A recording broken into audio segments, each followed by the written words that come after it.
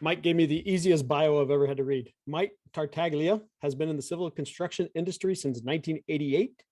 Mike has a great understanding of construction process from bidding, project management to layout. Bam. He's got the rest in his slides. That's why he just made it real short and sweet. So thanks, Mike. And obviously, like I said, lots of new faces tonight. So the drone topics is something obviously we need to keep adding in, and your whole process that you're going to talk about tonight, I think is what everybody's looking for. So I appreciate the time, and I'll turn it over to you. Okay, excellent. Well, thanks everybody for coming, and Trent, thanks for having me on. I'm going to share my screen here. And then here's more of the long version of the bio. What you guys will see is that I started in the industry 1988 BGPS. A lot of people get that, a lot of people don't. It's before GPS really was coming out and playing a full effect. I just got out of college. I was working for Stetson Harza in upstate New York, which is where I'm really originally from. They were part of the Harza group out of Chicago. And my first taste of GPS was in 1998 by an engineering company called CT Mail out of the Albany area. And I wasn't impressed with it. And the reason why was a big disc, and it was supposed to make my life easier on things that I was doing. We were out there at 3 o'clock in the morning because that was our window of time that the federal government gave us time.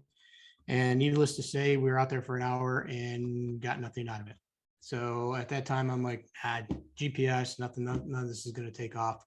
So that's where I started. And, throughout the career, I performed, many duties. I went more on the construction side than the land surveying side for a bunch of reasons. And I did lead civil surveyor, lead construction surveyor. I worked on the design and building heavy highways, parks, water parks, landfills.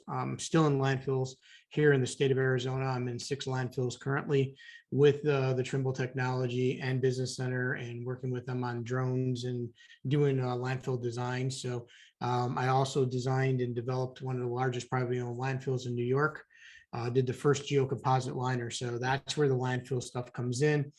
And up to the point before I came over to Sitech Southwest, for about 6 or 7 years, I was actually building machine control models, doing takeoffs for clients all over the country.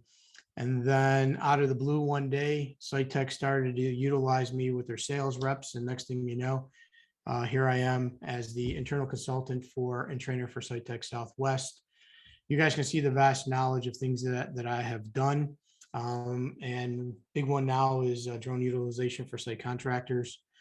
Back in 2018, Trimble had me do 2 presentations out there. One was on civil takeoffs from dirt to dollars. Is basically talked about the trilogy on how everything comes back to the office. So everybody has to be interconnected in order to be successful. And I talked about, cost codings and things like that in there. And then I did tips and tricks on 3D modeling. Now I'm going to kind of let it a little bit out of the bag on what's happening in this Trimble's dimension for this year, 2022.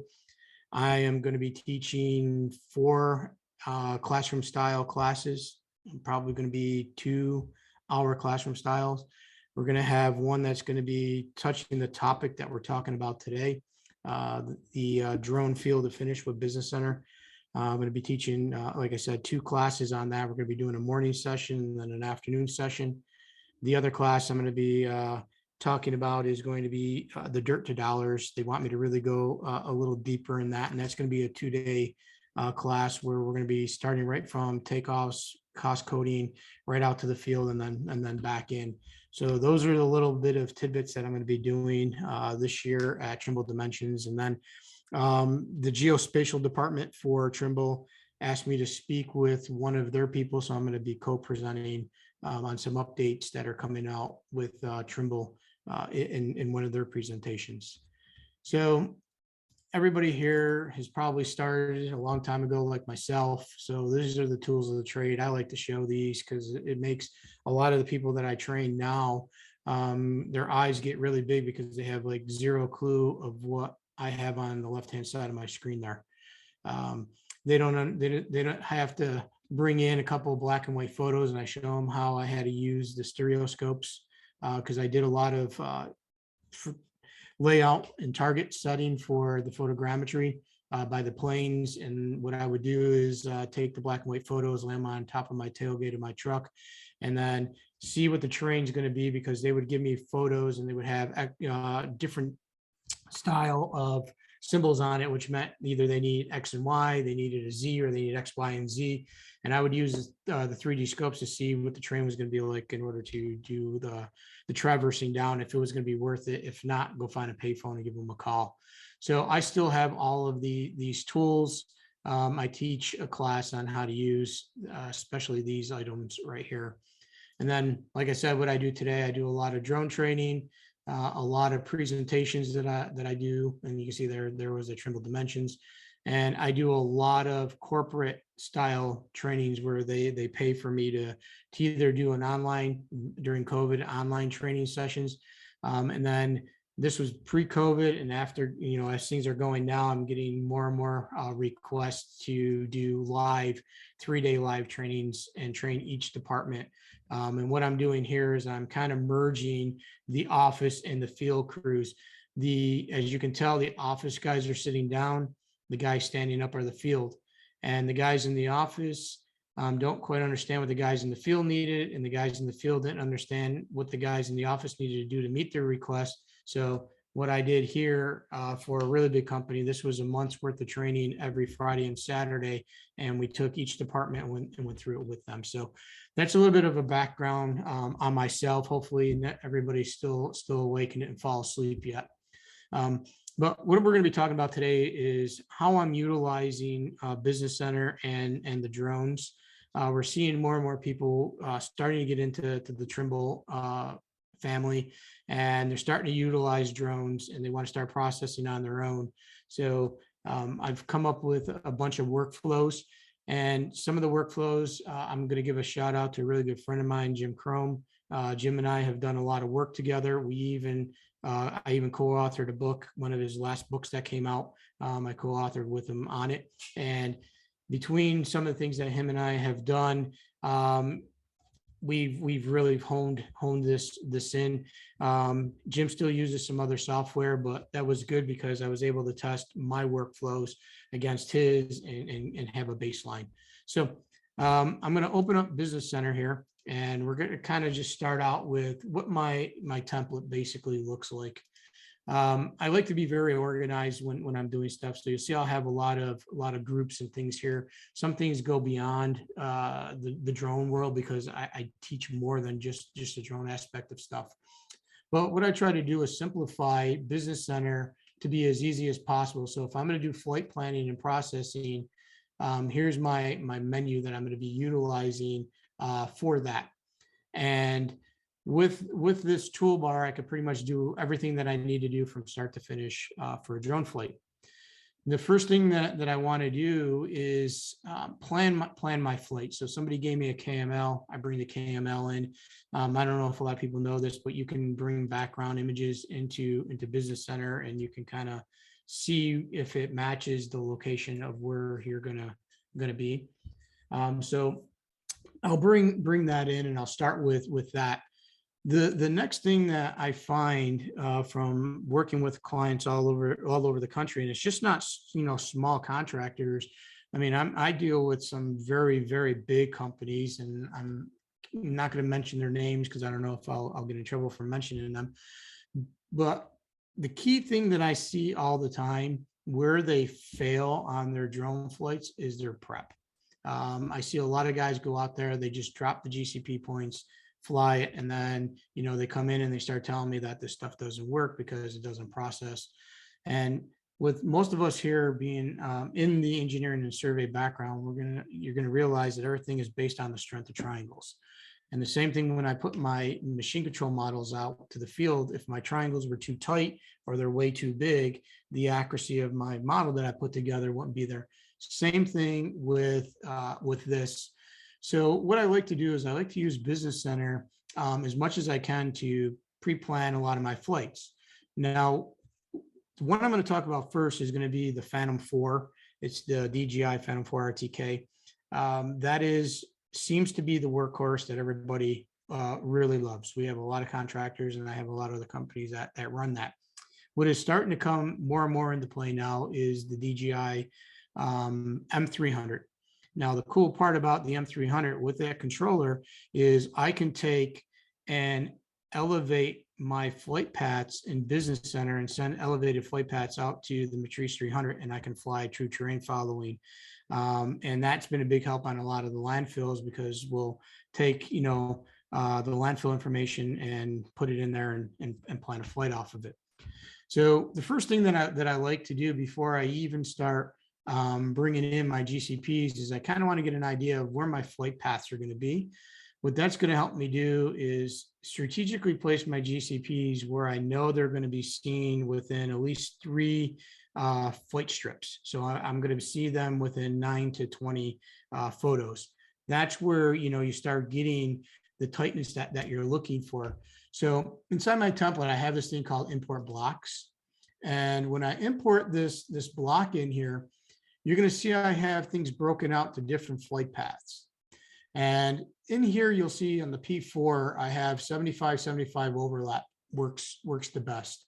And I have them set up to different heights. I usually don't fly that P4 over 250 feet, depending on what I'm doing. If I'm looking to get more as-built type drawings or parking lot style things, I'll usually fly around 150. Some cases we've gone down to 100 on certain things that we needed to do. But how these flight paths are set up, that if I just flip over to here really quick, you'll see here, this is a website that Jim has put together that we've done many testing on. And in here, the Phantom 4, I can set up, my overlap information. And what that's going to do, that's going to give me what my neat images, and basically what that is that's where my flight paths are going to be, and it gives me my speed. These are very, very important right here. Where I see a lot of people make mistakes is they'll get onto a job site and they'll say, oh man, this is going to take me 32 minutes to fly this, and then they put the speed up all the way on their drone, and then they call and wonder why some of their accuracy is not there. The minute they change the speed based upon from what the overlap and the height should be, they've now already messed up their overlap and messed up their drone flight. And a lot of people don't realize that. So what I have done here in Business Center is I've actually built these to match that. So let's say we're going to fly this site at 200 feet, and then I'll just hit import. And I'll put this onto the layer. Again, I'm very anal on the things that I do. So I'm going to put this on the 200-foot location. And then I'm going to come in here and click. And you're going to see what this is going to do. This is already going to have my flight path already created for me. And I'll just hit insert. And now with this, I can kind of come in and I can start doing a couple of things here. I can look and say, okay, this is going to be my last leg of my drone flight, probably going to be right here. I'll do some rotating of this to align some stuff up, get it to where that would be my last flight path right here. And then all I'm going to do is just explode this. And I have other things that I'm working on to make this more seamless, where you're just going to be able to type in the height that you want to fly, the drone you're flying, your overlap, and you're going to pick the boundary, and eventually it's just going to start drawing these flight paths right out for you in here. But for right now, we have to go through a little bit of pain in order to get what we want. And then I just come in and just say, okay, I'm gonna break this line here now at this location here and close that out. And then I just delete what I'm not going to use for my flight path. And you won't believe how incredibly close to what DJI actually gets on this when you plan it out like this. And now from here, what I can do is, do a little more rotating on this to get it a little better, but I don't have time to like hone it in. I just want everybody to see what I'm talking about here. Now, the next thing that I do once I have this in is I create a buffer of where I want to put my GCP points. So here I'm going to do an offset line, and here I'm going to call this buffer. Okay. So the client gave me the outline that you see there, but what I want to have is a buffer for my GCP points. So I'm going to come in and I'll hit the space bar here and I'll create a new layer, and we'll call this flight buffer. And I'll pick a color, maybe like red, and I'm going to have it stand out and bold out. And I'll explain why this is important too. And then over here, I'll put this like in the same group as my flight GCPs. And then I'll just come over to my flight GCPs and turn that on. And now what I'm going to do is I'm going to pick a distance. I like to do a 30-foot buffer. So I'll do 30 feet. By clicking here, I lock it in, which means I can't do anything greater than 30 feet where I click. And then I'm going to click on my line that I want to offset, and I'm going to bring it on the inside here. And now what I have here is the buffer of where I want to do my flight. I'm just going to turn that off. So now this is roughly the area where I want to put my GCP points. What I'm going to be able to do is see with this buffer where my flight strips are going to go. So now I'm going to create some circles where I want to put my GCP points. So I'll just come in and say create a circle, and then I'll just put this down, and I'm just going to pick my GCP layer. A lot of times I'll pick one that'll just say office GCPs, but here I'm just going to pick this layer, so I'm not just creating a layer all the time. And then I'll just say that this is office GCP. And then I'm not worrying about an elevation. And then I'll pick a center point. And what I'm going to do is pick anywhere within inside this area here. So a lot of times I may pick right on the corner. So I may pick there. And then I'm going to pick a 10-foot radius, and I'm going to lock that in. So now what I have is I have created, my GCP point. And from that spot here, what I'll usually do is just at that point is just copy my object around, and I'll just click on my object here, click apply, and then I'm just going to say come down to use my snaps down here and say, okay, I want to use from my my center point, and then I'm just going to click the center point here, and I'm just basically going to cherry pick in the beginning and just do I don't want to do a 3D move. Don't worry about that. I just going to keep picking my outer edges at the beginning of where I want to put these. And then based upon that, I'll see what the distance is in between here. And I'll get questions all the time from people going, well, we got GPS. What difference does that make if that's, 3,000 feet apart? Well, it makes some difference depending on what the ground is doing. We're going to want to have the same mindset of when we're doing, a survey out in the field, and we're doing things by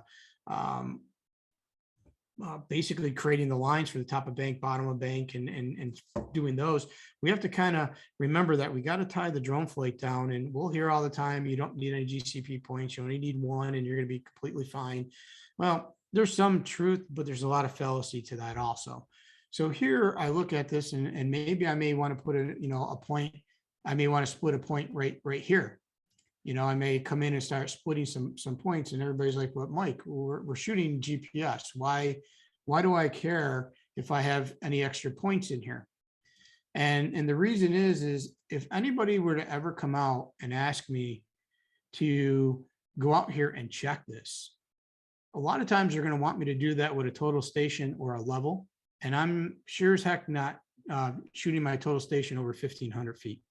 So why would I be shooting my GCP points in at that? And, I'm going to leave it as that because everybody has their own opinion. But seeing what I've seen by doing these trainings, if you have them, I like to go 1,000 to 900 feet apart. That's just my own prerogative of the distances on my GCP points. And then I will teach people as we're here in a class, we'll actually start drawing triangles out on the screen to see, okay, am I covered in triangles? Do I have even triangles all over the place? Is one side weighted more than the other? If that's the case, then my flight is going to be weak on that side. So we come in and we do this. Now, here's the thing. How do I replicate this in the field? Well, there's a couple of things that we can do to replicate this. If you're running a GPS unit, you're able to take this, as everybody knows, and export out the line work as a DXF file with the circles, and you can send that out to the field. And the person sending the targets can now come to the center of this circle and say, okay, do I have any trees? Do I have any power lines? Do I have any obstructions? And as long as they're inside this circle or inside this area anywhere in here, we know they're going to be fine, because if we look at it, we're probably going to see this photo within 1, 2, 3, 4 strips. So which means we're going to get pretty good tie down on that. So now they can come and they can set these targets, and that's why I'll have field locations, and I'll have hard locations that I'll bring in from there. But I also run into clients who don't have somebody that has GPS. They're flying the drone, but they don't have any GPS units. They're given targets and they're given a drone, and now they have to go out and fly. So what I've been able to do here is take this, and we can export this out to a thing called My Maps. So if I call up, let me just start a new thing here, a new tab. Let's slide this bar out of the way, just so you guys can see, called My Maps. And it's a Google thing. And what you're able to see, what I'm able to do with this is I'm able to export this out to, say, your Google Maps on your phone. So we have a guy that doesn't have any GPS equipment, but we want to make sure that the targets get put down in the ground in the right location. So when the surveyor comes back in to shoot these, before they process the location and pick the targets up, we know that the targets could be in the right location. So what we're able to do is export this out to his cell phone, and then he can drive around on site, just click on this target, drive to that area, get out, look around like, we would if we had our GPS unit, put the nail in, set the target, put the nail down, paint it, what number it is, get those set, fly the drone, and then he leaves the site, and then the surveyor comes through after him, takes these shots, and he just keeps leapfrogging from site to site. And somebody in the office could be repairing all of this and just moving right along as we go along. So once I have that set, then we go out here and we fly. Now, how do we fly the same location? Well, we can take this KML file right here and export it out of Business Center. Or if you're giving it to somebody, that did it maybe in Google Earth, and you bring it in Business Center, applying this with all the DJI products, is you can bring in this KML area and already have this in. So I teach everybody to pre-plan their flight, even in the office. That way you don't have to worry about having any internet connections or trying to do things through your cell phones or an update coming through. So what we'll do in class is we'll export this out, put it right into the drone, and then we'll plan the flight in the controller and see how these flight paths look compared to the flight paths that we have planned in Business Center. Make sure everything looks good. Then we save that project. So then the only thing the pilot needs to do, go out there, drop the targets, turn on the drone, let it warm up, with the controller, and then just initiate the flight, and he goes on, and then we have every single flight done. That way, everything is consistent from that point on. So this is basically what we do for the Phantom 4 RTK.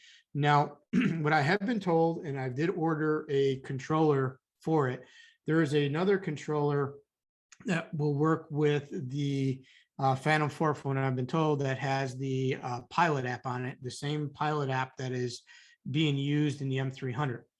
And I'm being told with that is that if we can utilize that, then I can do the flight planning and have terrain following and have this flight path completely elevated to what I want it to do, and my drone will follow exactly the way the Matrice 300 does. So I'll keep everybody updated as soon as the controller comes in on that, and if that has worked or didn't work. So in the meantime, this is what we do for the Phantom 4. Now the flight planning that you saw here, we're picking where the GCP points and everything go. That's the same no matter if what drone I'm flying, even if I'm flying a Wingtra or if I'm flying a Quantum or I'm flying the Matrice 300. Everything is exactly the same for the flight planning process. Now, with the Matrice 300, we have the ability to do terrain following. Now, there's a cool little trick that you need to be able to do the terrain following. So here's a job site. There's a tank here, and this is where one of the things I do the training on. So we come into Google Earth and we look at this for the terrain, and we're like, okay, we see what we have. We have here. May even take a linear path and create it, and then take a look at a profile in here and kind of get an idea. So what I'll do is I'll locate the area in here, and then what I'm able to do is use another program that Trimble has called Trimble SketchUp. And what I could do into Trimble SketchUp, which is really cool, is that I'm able to come in and I can set in a geolocation. So I'm able to come in and pick the location of, say, where I want to fly. And what you can see here is this now extracts the actual surface. Okay. Now, what I'm able to do with this surface from here is I can then save this out as a 3D surface, export it out as a 3D model. And what I'm able to do is bring that into Trimble Business Center. So I'm going to open up my Business Center here. I accidentally turned off the thing I want to do. So I'm going to bring this, turn this one on. And what you're going to see here now is that I'm able to bring in that terrain into my business center. Okay. So all the flight planning that I was doing that you saw me do earlier, I can do it all on here now inside my business center. And then I can also turn on my background image to make sure that everything is set up correctly. And I'm in the right location here. And I always kind of bleed my surface so I can see underneath to make sure that everything is lining up. I created contours in here for visual so I can see where I may need to put some extra breakpoints, maybe where I strategically may have to put some GCP points too. And again, I'll start doing all of this in the office before I waste all that time out in the field. So now that I have this in here, I do the same thing that I did before. I click on my import blocks. Now this time what I'm going to do is I'm going to, let's say we're going to fly 200 feet. Okay, so I'm going to bring this in and I'm going to say, okay, I want to fly 200 feet. And I'll put this onto the proper layer. And let's say I'm going to do this with LiDAR. So I'm going to fly this with the L1, 200 feet. Based upon the extensive studies that we have done with this, because when you're flying the LiDAR with the Matrice 300, you cannot change the overlap on the images. Okay. You can set the overlap on the LiDAR, but you can't set the overlap on the images. But what this does is this flies a 66 by 66 overlap. We've done many, many tests on that, and we have nailed that down that is a 66 by 66 overlap. So we plan our flight. We come in, I click the location here where I want to put it. And you see here that I'm bringing my lines in. And right now I'm just gonna drop these in here and hit a plot and hit insert. Okay. Do the same thing that I did before. I'm going to explode them. And once I have it exploded, I will break where my flight's going to end. So let's say that I'm going to end on this path right here. So I'll just break it right here. Yeah, right there. Yeah, and I'll break it right here. I'm going to end right there on that flight. That's the flight path I'm going to come up. And then again, I will just delete this. Control D deletes it. Now what I have the ability to do is if I click on here and hold down the shift key, I can start bringing my flight paths up. And by holding down the shift key, what I'm doing is it's just going to bring this my flight paths up. It's not going to change the distance in between them. It's not going to do anything like that. I'm just going to start setting this. Maybe I have, a KML setup of where I want to fly this. Okay, so let's say that I'm just going to bring these down here just a little bit.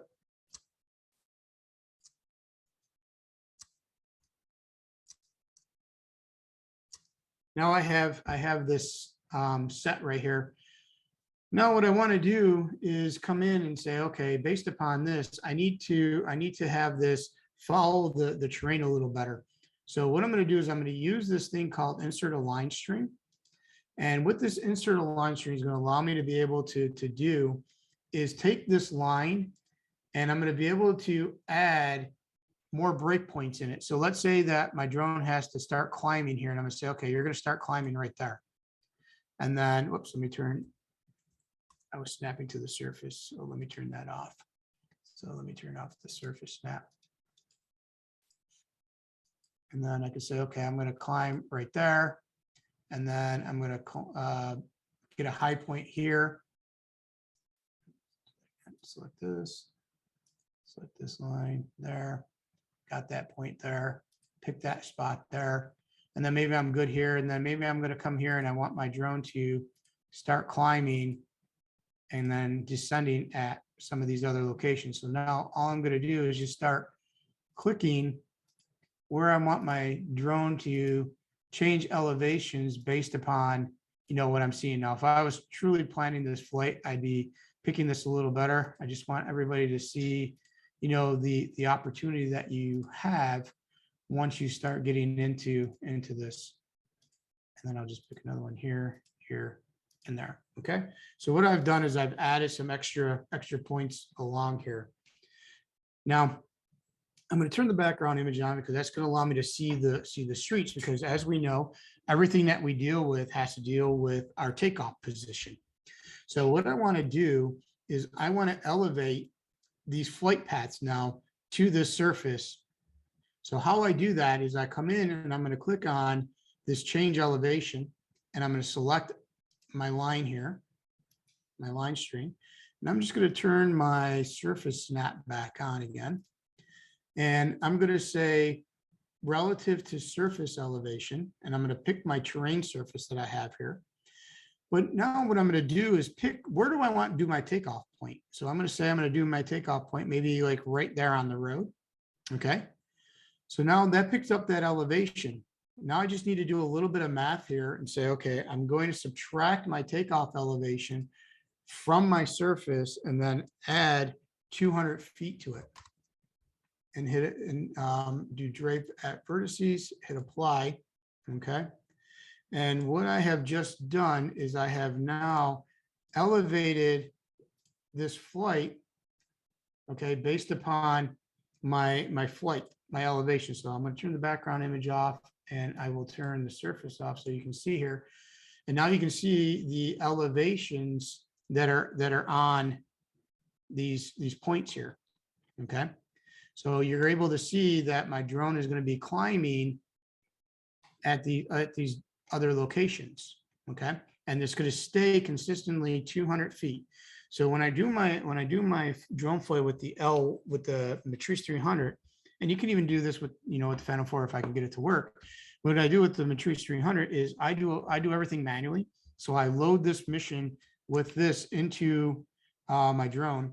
And then what I do is I take off from that spot manually, and I get my drone up in the air 200 feet. At that point in time, I get my camera set. So I'll do an autofocus, let it focus, and then I'll lock that in and let that stay locked because I know I'm staying consistently 200 feet. Once I have that set, I get my LiDAR sensor ready to go, and then I send it on to my mission, and then I'll watch on my controller, and you watch the drone elevations changing, and it'll stay consistently the 200 feet. So now all I have to do is one thing I got to check here, and this is something that I am working with Trimble on. I'm part of the beta team for Trimble. So there's something here that I'm working on right now is making sure that sampling distance is set correct. And then all I have to do here is just do an export. So I'm going to export out my flight here, and I'm going to go to GIS. I'm going to do it as a KML, and I'm going to select my line here. And then from my line, I'll give it a place that I want to put it. And I'll just put it in this file here, and we'll just call this MM for Mentoring Monday flight.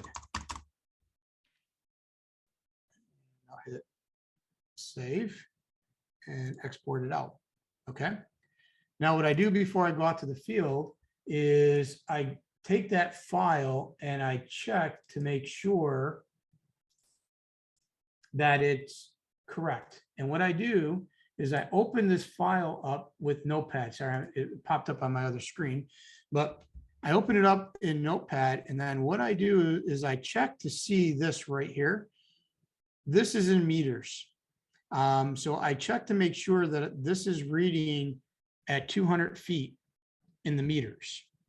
And if all of this looks correct in the meters, all I have to do is load this KML onto my controller from my Matrice 300, and then just do what I had mentioned that I did. Go to that same area where I'm going to do my takeoff. And there's been times where I've actually created a pin for that for my phone. So then I knew that I was very close to my takeoff spot, and then I would go fly it. And the accuracy that you get when you're flying something like this really jumps out on the screen, because we're not having any variances in GSDs between going high and low. Everything stays consistent. You see your drone go up and down, and it's a really cool thing when you're done. So then once all that is done, you can then bring the stuff in and you can then process. Now, what I like to do with all my drone flights is I don't RTK my drone flights. I know maybe some people on here may like it. I prefer not to. We've done many tests to find, and we found out that PPK correcting your drone flights seems to be the most accurate.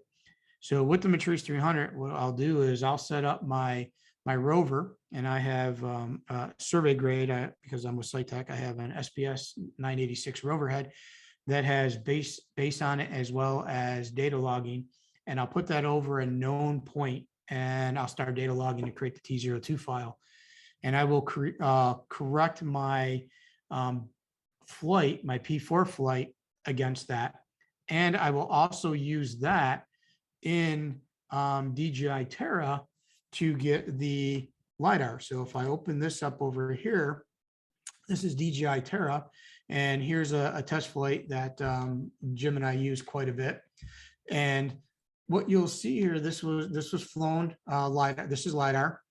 This was for the Matrice 300 with the L1 sensor in it. And you can see, our landing pads, you can see our target locations. And then if I tilt this a certain way, you can see this little sticking up right here, a little thing sticking up. That's my rover head that's sticking up here. And what we were able to do is come in and correct all the LiDAR to that T02 file. We converted it to a Rhinex, and we were able to embed it inside the DJI M300 LiDAR, and you can process that. But DJI came out with a couple of cool things here. You're now able to take this base station and you can now correct the base station. So if I knew that I was over this particular point and I gave it the lat, long, and height, but as we all know, the minute we go into static mode, we go into arbitrary mode, and it floats. So we may not be 100% dead onto that actual hard point that we're on.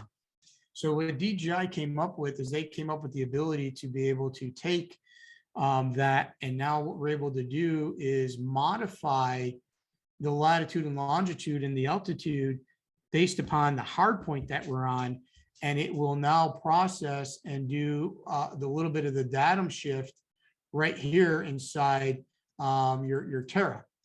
So we've done and played around with that, and that seems to have worked pretty good. But what we can also do in Business Center is we can bring in your T02 file. We can see where your hard point is. We can bring in this point cloud into Business Center, and then we can do what is known as a geo reference of a point cloud in TBC. I'm not actually going to do it because it could take some time to do it. I'll just show you where that is. Let me just call up this, because some people's tabs are different than mine, and I just want people to see where things could be found. So I go point cloud, I click OK. You'll see here geo references scan. So once we bring in the point cloud, what we're able to do is pick that T02 file and one of the pixels from that LiDAR and say that that is going to be moved from that position to the hard position, and it moves it, makes the wiggle and brings it down to the proper elevation. And then, you can tie it in and run some things in Business Center to check to see how close you are. And what I had written in Business Center a couple of years ago was this thing called point-to-point cloud. And what this point-to-point cloud does is going to allow you to be able to ground truth your point cloud against your GCP points or checkpoints. So you're not going to be doing a surface. And what everybody knows is when you create a surface, sometimes you have to decimate the point cloud in order to get a usable surface that you can use. Well, when you do that, you may miss some things because it's not going to pick up all the pixels of the point cloud. So what I had written was the ability to do points to point cloud. What this point to point cloud is going to allow you to be able to do is pick all your checkpoints and your GCP points, and then tell it to compare it to a 5-foot radius or 2-foot radius of all of the points in the point cloud to see how accurate you actually are with your drone flight. We'll hear a lot of people say, we get centimeter accuracy. Well, that's great. When it's kind of hard when you have GPS that's sometimes could be within a golf ball of range of accuracy.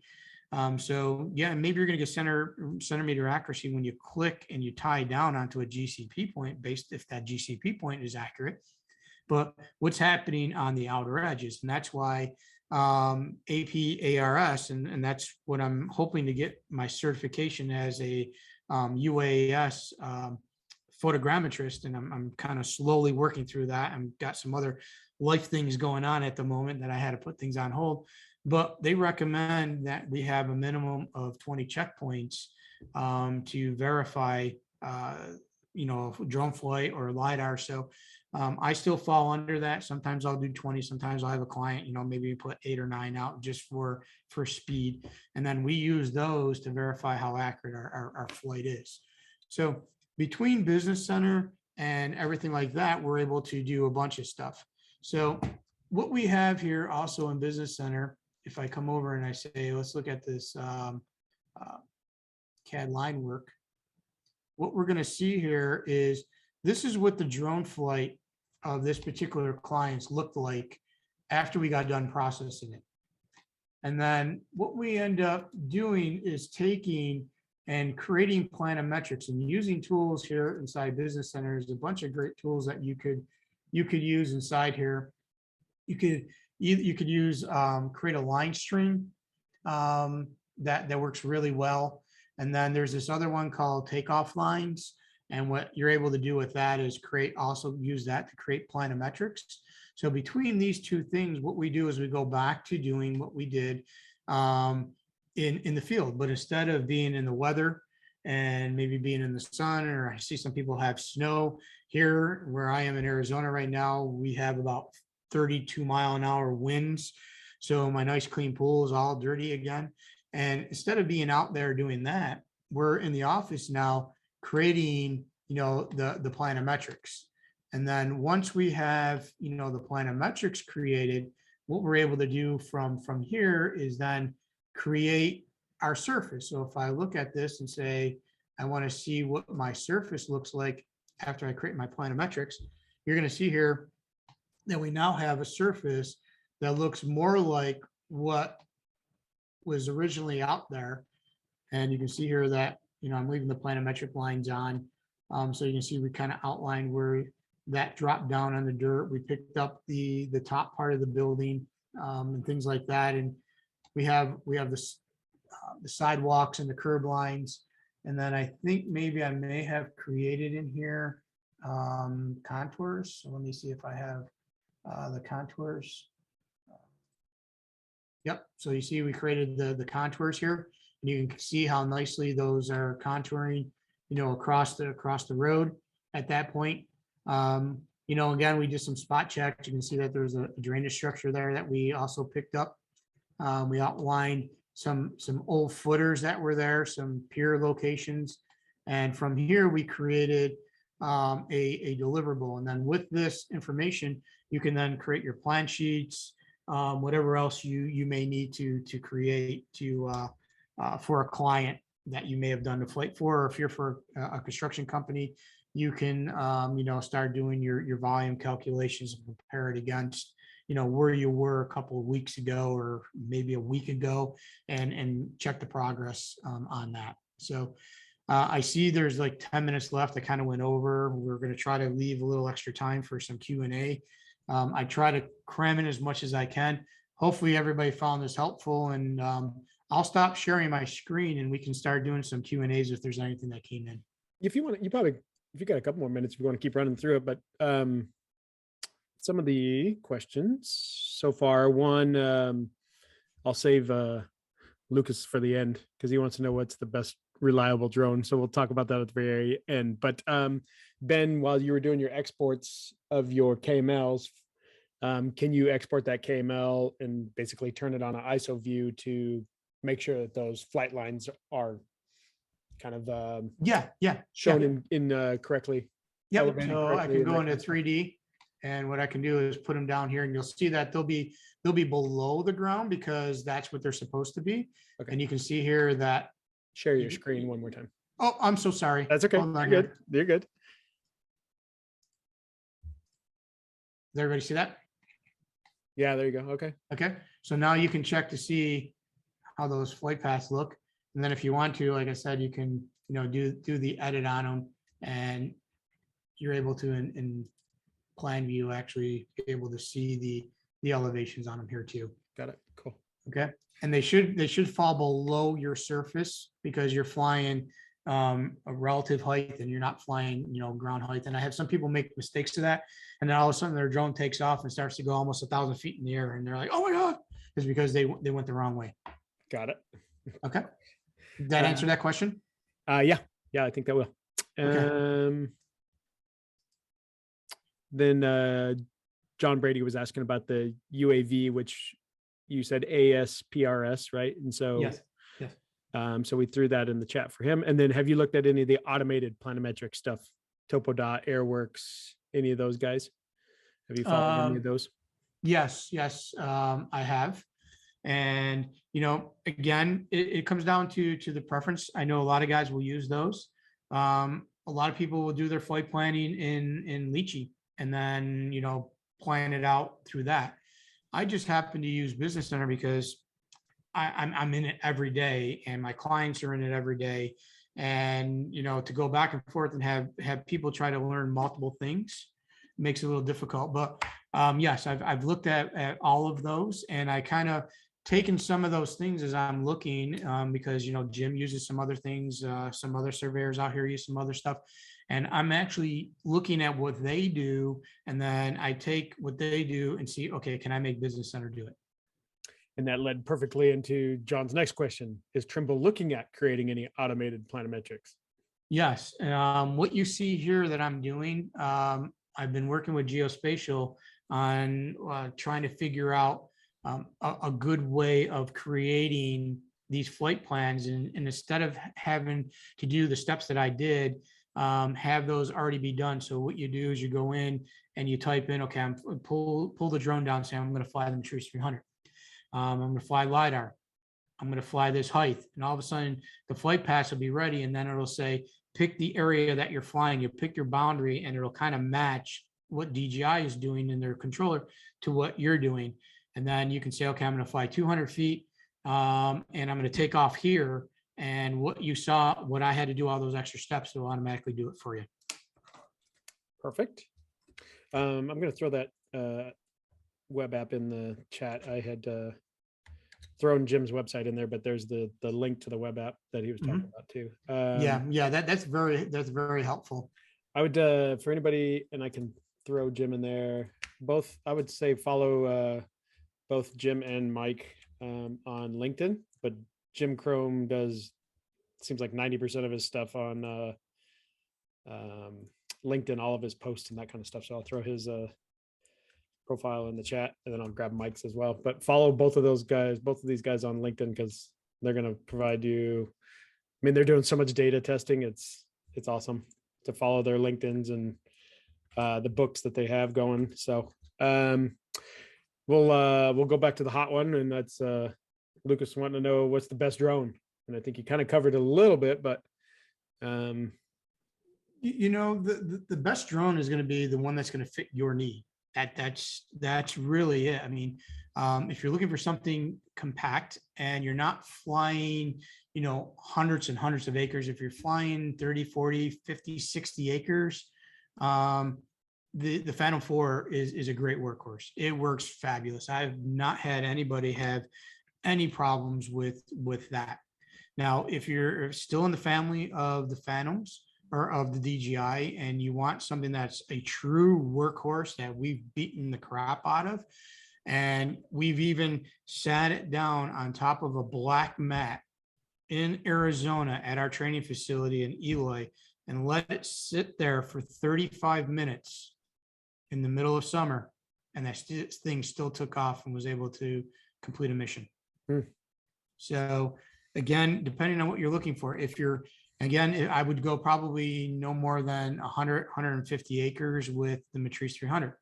If you're talking, I want to fly longer, I'm going to fly 200 acres or more, and you're going to do it with a drone, then that's when I would start looking into the fixed wing, like the Wingtra, or I would look at the Quantum, which is when you look at it up in the air and somebody looks up at it, they won't even think it's a drone. They'll just think it's a plane that's flying, because it's exactly what it looks like. Again, you have to look at, okay, what am I doing with it? Am I going to be in really heavy wind areas? I'm going to be honest with you.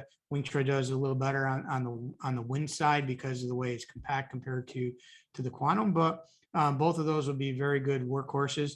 Now, the Quantum does have the ability to add a LiDAR, which is yellow scan. It's called the Cube, that you can add to it. It does black and white.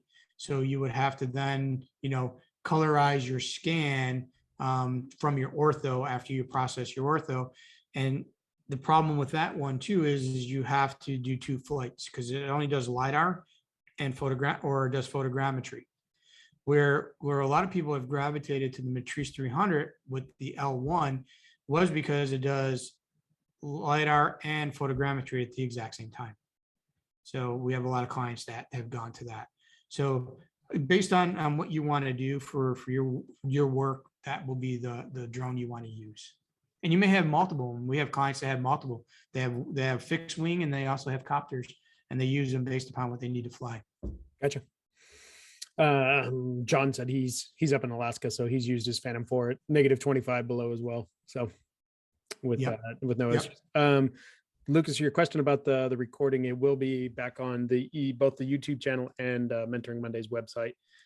Give me a couple of days. Usually I try to have it done by like Wednesday-ish or so. So it'll be up there for you to check that out later as well. Like you said, there's a lot to go through. And then John Brady had also asked, as far as the certification, is anybody else on here certified? And if you are, has it helped you win any additional work? And so by having that certification, showing that you're, industry leader with that certification, is it helping you win any more work than the guy next door type of thing? So if anybody's chime in on that one or not. Mike's still going through his, so I'm still going. He can't tell you. Still beating my head through it. Mike's already definitely a step ahead of everybody else. His is just going to be something else. I don't know if I've already got that certificate. Yeah. That's why I was asking, because I haven't seen a usefulness of it besides the fact that it was kind of neat to get it. Yeah. I'm kind of the guy that is like, okay, I'm in this deep, I might as well go and get it just to say I've done it.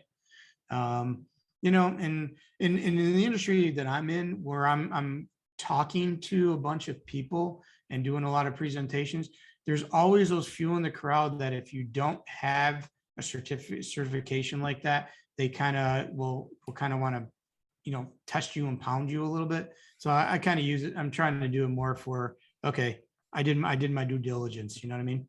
Exactly. Yeah, no, you for sure on that comment. Somebody's always going to question it. Well, you don't know what you're doing. You're not certified. Exactly. So that's one of the reasons why I'm doing it. But one last thing I want to touch on, if that's okay. Go for it. I know we put a link into my support sites. Yep. Just kind of want to give everybody an idea of what it is here. You won't see all the contacts that are in here of all the people that are already in here. But what you'll have the ability to do is, if you do go with this, is, click on my name, and then you'll be able to, ask me a question.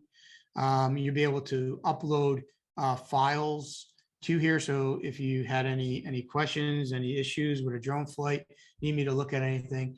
Plus I have, all the workflows, everything that I basically showed you here, all broken down in step-by-step video content for this.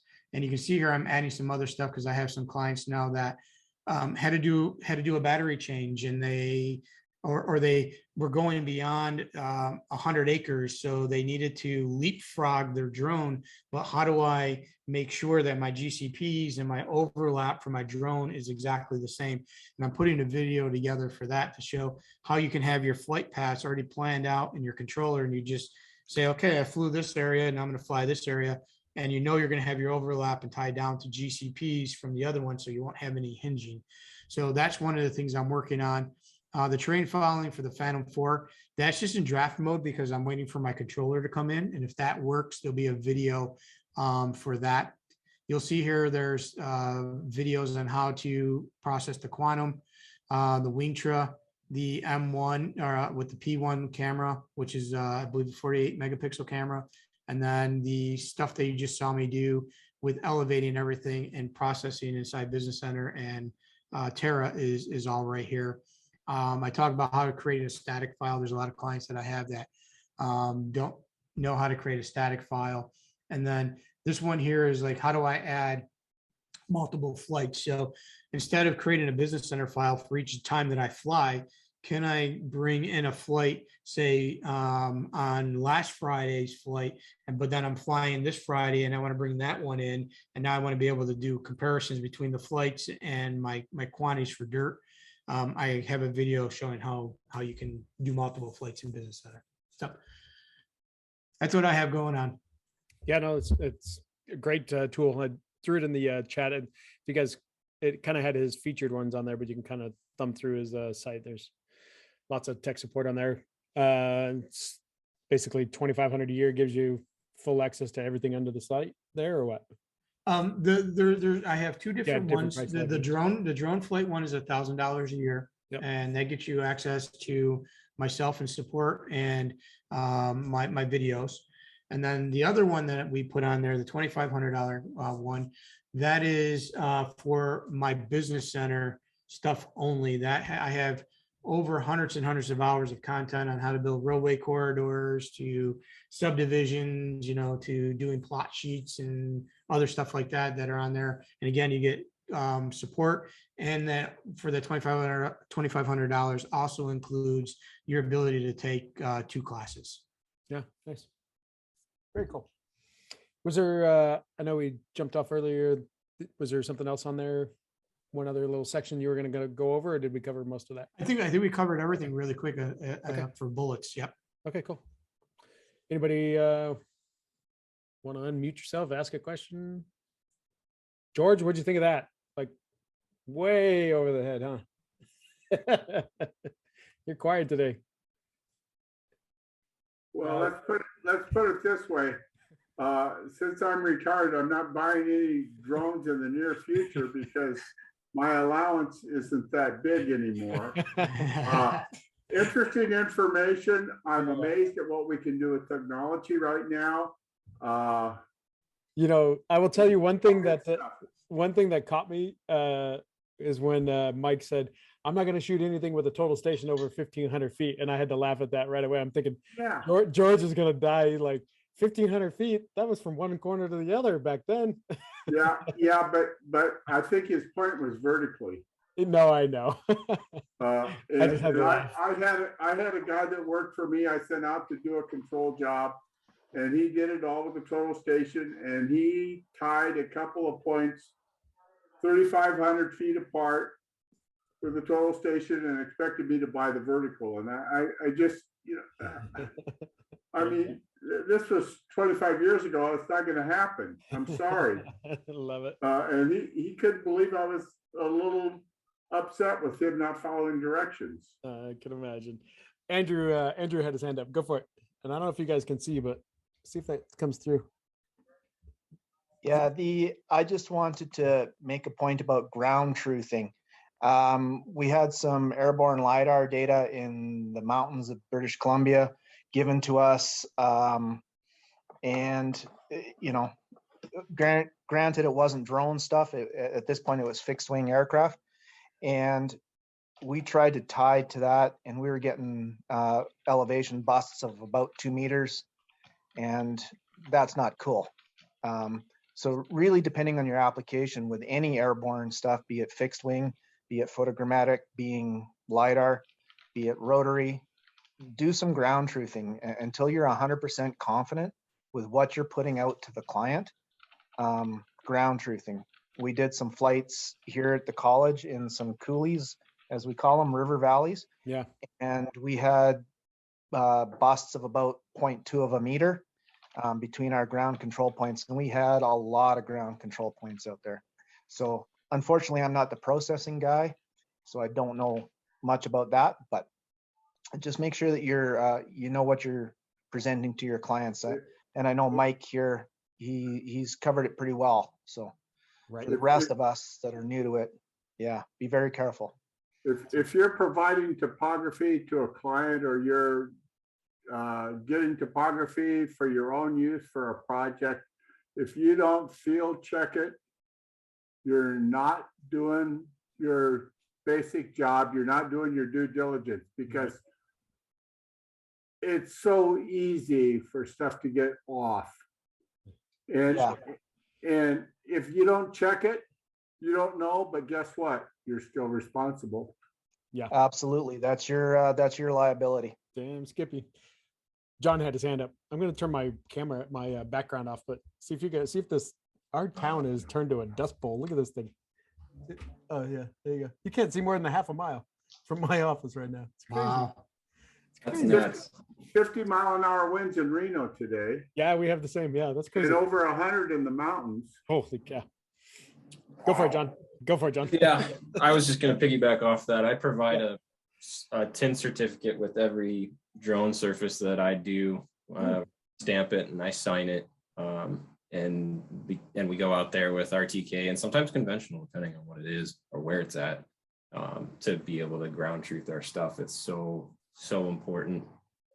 I've met so many drone operators that are like, oh yeah, no, it checks just fine, and we're getting under, you know, however many centimeters. And I said, yeah, that's on your ground control points. How are you supposed to know what you're getting outside of those areas?